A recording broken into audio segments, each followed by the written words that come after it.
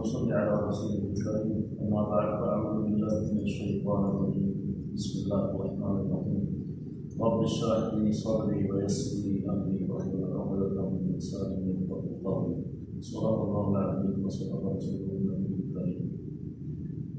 हमने थोड़ा तरीक़ाकार सबक का चेंज किया और सबसे पहले हम क्या किया करेंगे कि जो पिछला सबक है उसको ज़बानी सुनेंगे भी नहीं तो सुना याद कराएं, क्योंकि जो चीज़ें अब आगे आ रही हैं जैसे आज का ये चैप्टर है ये पढ़ाया नहीं जाता जब तक कि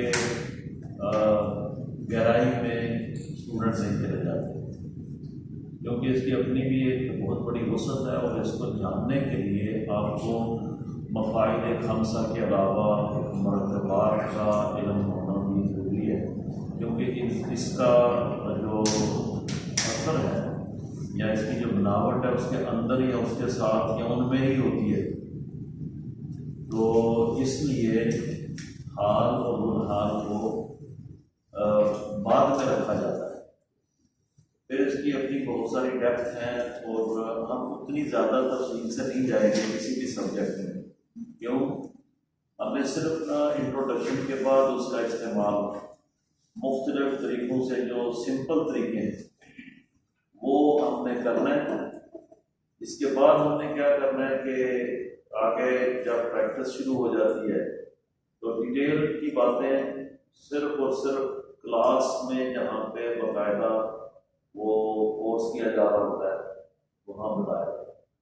नॉर्मल लाइफ में नॉर्मल कुरान पढ़ने में उनकी ज़रूरत नहीं रहती, क्योंकि जब आप कुरान पढ़ रहे होते हैं आपके सामने तफसीर भी होती है, तर्जुमा भी होता है किसी मुफस्सिर का, आलिम का जो ऑलरेडी इस पे अबूर रखता है। अल्हम्दुलिल्लाह आज तक जिन लोगों ने तफसीर लिखी है या तर्जुमा किया है वो सारे इस अहल हुए हैं तो उन्होंने किया है कि कुरान के साथ कोई ज़्यादती या मतलब गलती ना हो जाए।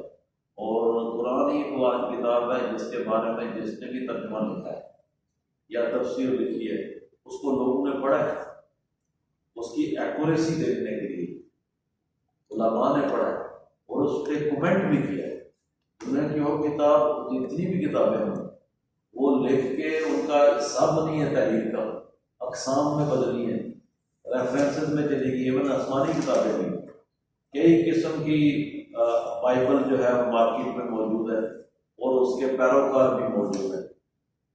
इस तरह सारी किताबों के साथ हो कुरान एक वाहिद किताब है जिसको अगर किसी ने गलत कोट कर लिया है तफसीर में अपने नुक्ता नज़र से, उसके ऊपर रिएक्शन आए हैं, उसको रिजेक्ट किया गया है और उसको इल्म का हिस्सा नहीं बनाया। अलबत्ता चंद गुमराह लोग जमा और कुछ कर रहे हैं तो वो हमेशा के लिए नाकाम रहेंगे और रहे हैं अल्लाह के फज़ल व करम से। तो इस तरह हम आहिस्ता आहिस्ता आगे करेंगे तो हमारा जो बेसिकली सब्जेक्ट है वो मंसूबात का है कि कुछ जुमले में कुछ अल्फाज ऐसे आते हैं जो अपनी शक्ल के एतबार से, अमल के एतबार से अलामती तौर पे नस्बी हालत में ही आते हैं, जिसको आप एक एग्जाम्पल में दूं कि आप कहते हैं वकानल्लाहु अलीमन हकीमा, ठीक है, ये मिसाल है कुरान पाक से।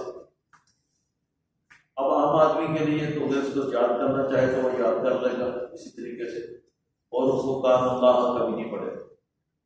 लेकिन अगर उसे पूछा जाए कि वह कान अल्लाह क्यों पढ़ता है तो कहेगा जी ऐसा लिखा, और उसको गुनाह कहेगा कोई बंदा गलत पढ़े तो कहेगा नहीं मैंने कुरान में लिखा हुआ पढ़ा है, आप गलत पढ़ रहे हैं। तो ये भी एक बड़ी बात है इसी किताब का मौजूदी तौर पे इतने 100 सालों बाद भी इस तरीके से महफूज होना, और इसने तो क्या मतलब रहना अल्लाह के हुक्म, ठीक है, इजाज़त है। अब अगली बात आ जाए इसके आगे जो डेप्थ है, हम जो वकान अल्लाह पढ़ते हैं हम उसको तहकीक करके साबित करते हैं कि वकान अल्लाह क्यों कहते हैं। फिर आगे अलीमुन हकीमुन क्यों नहीं कहते, अलीमन हकीमन क्यों कहते हैं, फिर उसको तजवीद के अतबार से, पढ़ने के अतबार से अलीमा और हकीमा कहते हैं। ठीक है, जब आगे वक्त करना होता है, या हम पढ़ते हैं अलीमन हकीमन, वकान अल्लाहु अलीमन हकीमन।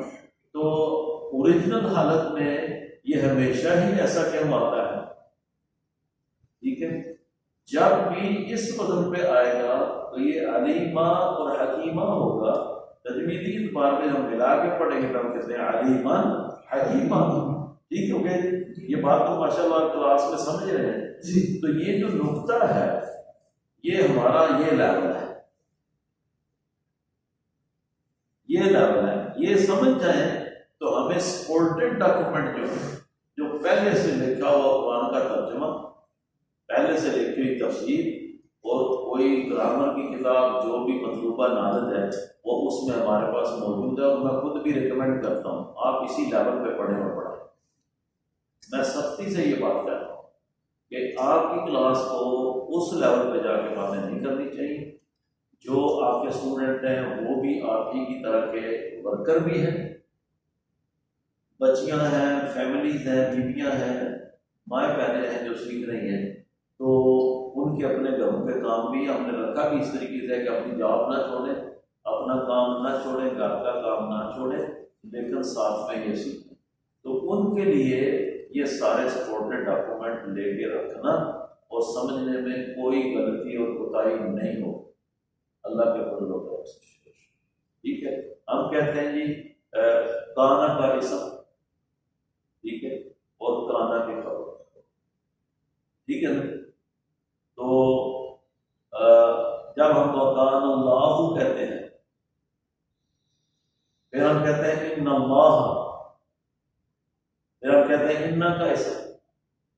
तो ये हमने डाइट्स याद कर रखी हैं कि जब कोई लफ्ज इन्ना के बाद आएगा तो वो इन्ना का इसम होगा, जब काना के बाद आएगा तो काना का इसम होगा। ठीक है, और वो दोनों मंसूब हो। इसलिए इस डाई के तहत, इस फार्मूले के तहत हम कहते हैं कि इसने जब भी आना है अरबी ग्रामर में, इसको इस तरीके से ही आना है। तो जो मैंने एक जुमला बोला कि कुछ अल्फाज ऐसे होते हैं जो हमेशा के लिए वो नस्बी हालत में आते हैं। हम चैप्टर मंसूबात का पढ़ रहे हैं, ठीक है, उनकी हालतें मंसूबी होती है, तो उसकी अगर हम चंद अलामात याद कर लेते, ठीक है, और उनको फिर काउंट करके 12 अलामात हैं मंसूबात जो है ना, जो नस्बी हालत में जो अल्फाज आने वाले हैं वो 12 मुख्तलिफ शक्लों में आते हैं, जिनसे हमने मफ़ाइल खमसा पढ़ लिए हैं। और वो जब भी आएंगे तो वो किस हालत में होंगे? आज हमने एक और कर लिया कि जिसका हमने लिखा है हाल और दुल्हा, ठीक है, ये उनमें से एक है। आगे फिर हम करके इनको जब तक देखें, जब तक हमने बेसिक नॉलेज पढ़ लिया हुआ है, जो गर्दाने छोटा मोटा हमें तालीलात के बारे में भी, कायदे के बारे में भी पता है, और लफ्ज़ सामने लिखा हुआ आ जाए तो उसको आगे पीछे करके फेल को उसका भी हम उसकी इल्लत वगैरह का समझ लेते हैं, ना निकाले तो लिखा हो तो पता कर लेते।